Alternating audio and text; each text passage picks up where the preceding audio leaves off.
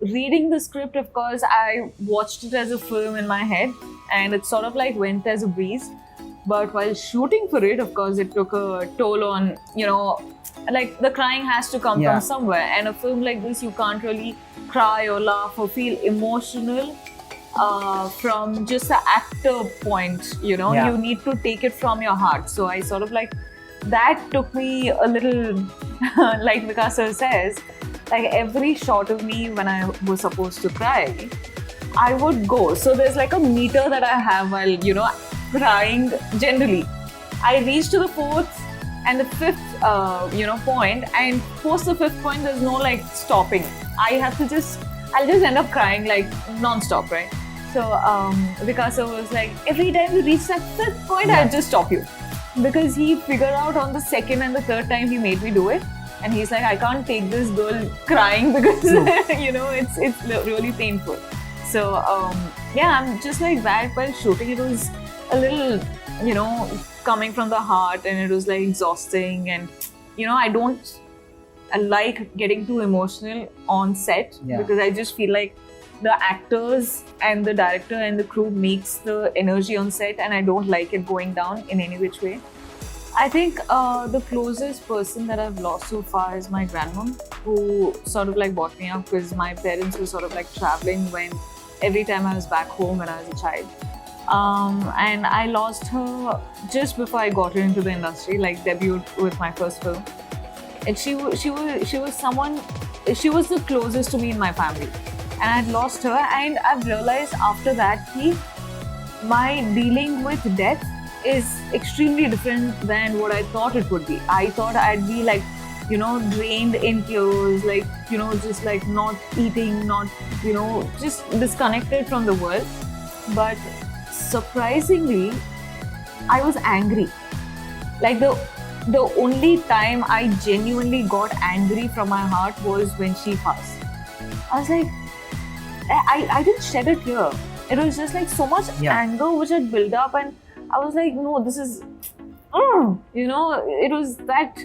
But that's the only time I dealt with anger as an anger, So that was my defense, I think, with grief and death and everything. And I don't know, like maybe tomorrow something else would happen, and I don't know how I'll react to it because this is something which we generally don't think about. But every time of course, there was a part of me when I was shooting for the film, and I was like, how am I going to deal about my parents, or my parents not being here anymore? And I don't know, I feel numb about it. Yeah. I think I'm already feeling a little sad that I don't get to sort of like stay with them and see them growing up. Seeing your parent also grow up is something, like example, I've seen my mom since she was 17, 18 to now she's like 42, 40. Like, it's amazing how you see your family, your parents' growth also as you're growing up. True. And every year, every emotion, every dealing that they go through, it's different and it's more mature. So you've seen them grow up, and I have a little sister who's like, 8 years old, and I'm like, I don't get to see the growing up, I just get to see the grown up.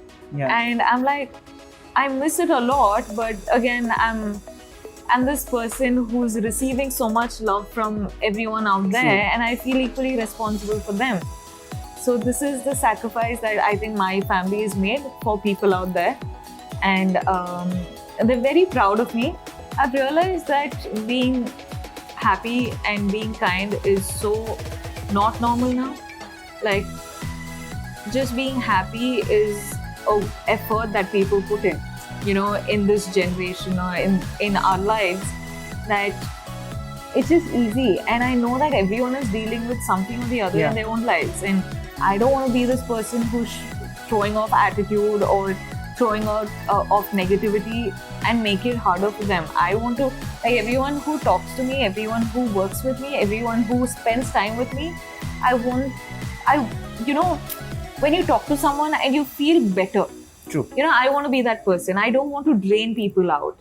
there are too many things in their lives draining them out already. I want to be a little sparkle in their life. So I'm going to just be like, no matter, even I'm dealing with gazillion things, but I don't have to show it to anyone. This is my journey to deal with. So I will do that. But when you're talking to me, I'm this. So, see, I've grown up in a hostel also. So for me, staying away from my parents were never a problem because you stay 8 months in the hostel and the rest of the time you get to go back home in the holiday, right? So for me, that was never a problem.